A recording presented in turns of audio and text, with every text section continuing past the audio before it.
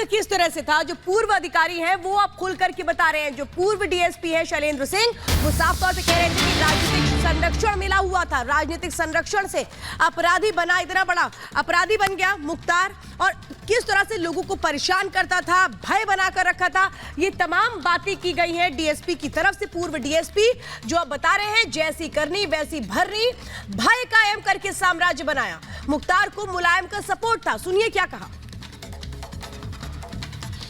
लंबी बीमारी के बाद मुख्तार अंसारी की मौत हो गई है।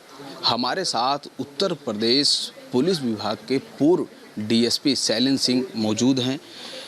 सर, एक समय था कि जब आपको रिज़ाइन देना पड़ा, आपका परिवार बहुत परेशान हुआ, आपको जेल जाना पड़ा, जिसका संबंध सीधा मुख्तार से रहा है।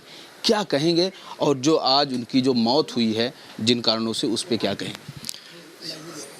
कल जब मुझे ये सूचना आप लोग के माध्यम से मिले कि मुख्तार अंसारी की हार्ट अटैक से बांदा जेल में मृत्यु हो गई है, तो पहला मेरे दिमाग में ही आया कि जो व्यक्ति जैसा करता है वो फल उसके सामने आना है।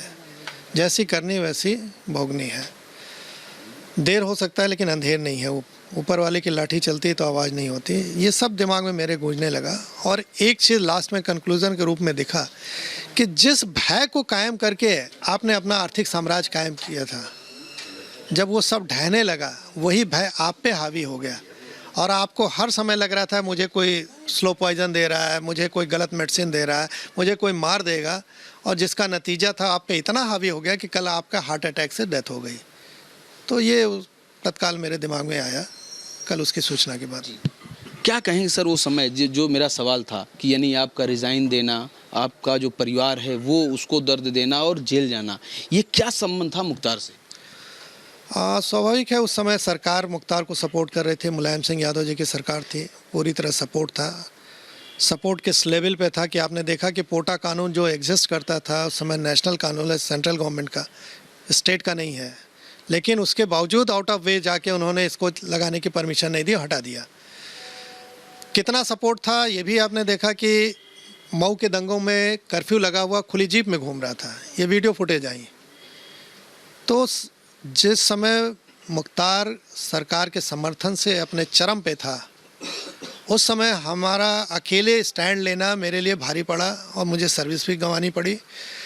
इवन मुझे अपने परिवार को सुरक्षित रखने में बहुत मशक्क़त करनी पड़ी, अपनी रोजी रोटी चलाने में मशक्क़त करनी पड़ी। इवन 2-2 बार जेल भी जाना पड़ा मुझे। और जेल में उन कैदियों के बीच में रखा गया जिनको हमने पकड़ के भेजा था, और ये भी प्लानिंग थी कि उन्हीं से इनको अंदर मरवा दो। ये भी देखा मैंने।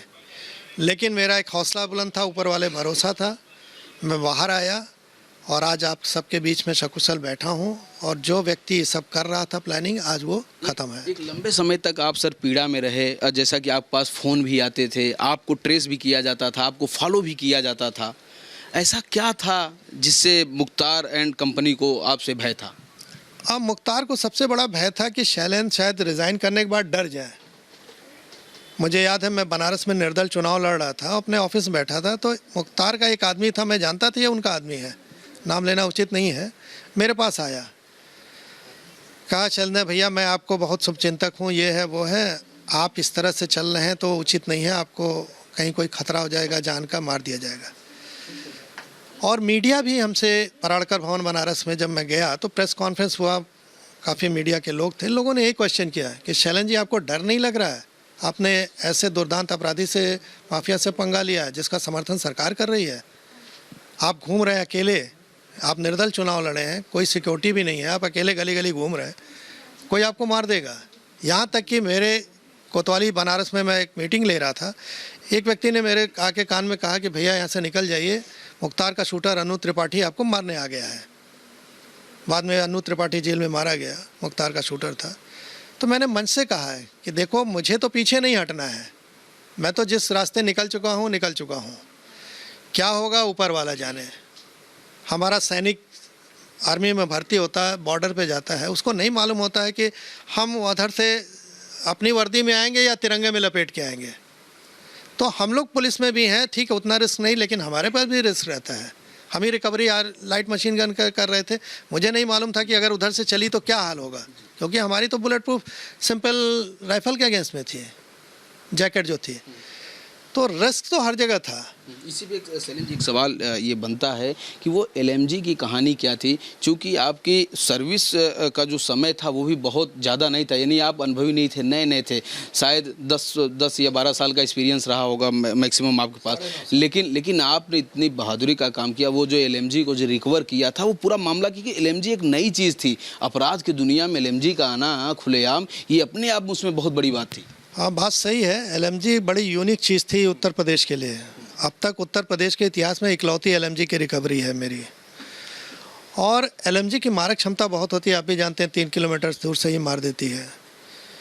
तो सबके दिमाग में था कि LMG किसी भी कीमत पर रिकवर होना चाहिए, और खौफ भी था लोगों का कि LMG चलेगी तो क्या होगा। लेकिन खैर हम लोगों ने उसको रिकवर किया, और तमाम विपरीत परिस्थिति होते हुए मुझे याद है कि उस समय तो ये हालत थी कि रात में कोई चेकिंग भी नहीं करता था कि पता नहीं कौन अपराधी किस गाड़ी में जा रहा हो और चला दे। मुझे याद है बनारस से ट्रांसफ़र होकर मैं आ गया था, मेरा एक इंस्पेक्टर अजय सिंह था, और चेकिंग के दौरान उसने रोका तो अंदर से अपराधियों ने उसको गोली सीधे मार दी AK-47 से, वहीं लटक के मर गया। तो ये मतलब समय था उस समय। तो हम लोगों ने उस समय काम किया था, बड़ी बात थी, लेकिन दुर्भाग्य की वो बड़ी बात हमारे लिए अभिशाप हुई।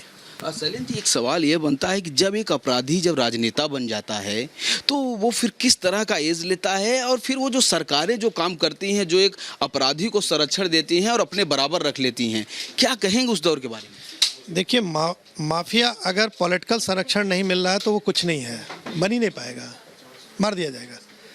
और उससे भी खतरनाक है, पॉलिटिकल संरक्षण छोड़िए, वो खुद ही पॉलिटिकल आदमी बन जाए, खुद ही वो जनप्रतिनिधि बन जाए। मुझे याद है इतने अपराधियों को हम लोग दौड़ाते थे और ये पनाह मांगते थे अपनी जान की, कि भीख मांगते थे बच जाएं। आज माननीय बन के घूम रहे लोग। तो ये जो बदला है समय, कि पहले अपराधी का समर्थन पॉलिटिकल पार्टी लेती थी चुनाव जीतने के लिए, अब अपराधी स्वयं राजनेता बन गए हैं। और पूर्व DSP शैलेंद्र सिंह जो बात कह रहे हैं, इसी बात की तस्दीक करता हुआ खुद डॉन मुख्तार अंसारी भी नजर आया। उसका एक आखिरी ऑडियो जो सामने आया, जिसमें वो ये हिंट देता हुआ नजर आ रहा है कि किस तरह से योगी सरकार के आ जाने से जेल में उसका रसूख उस तरह से नहीं चल रहा है।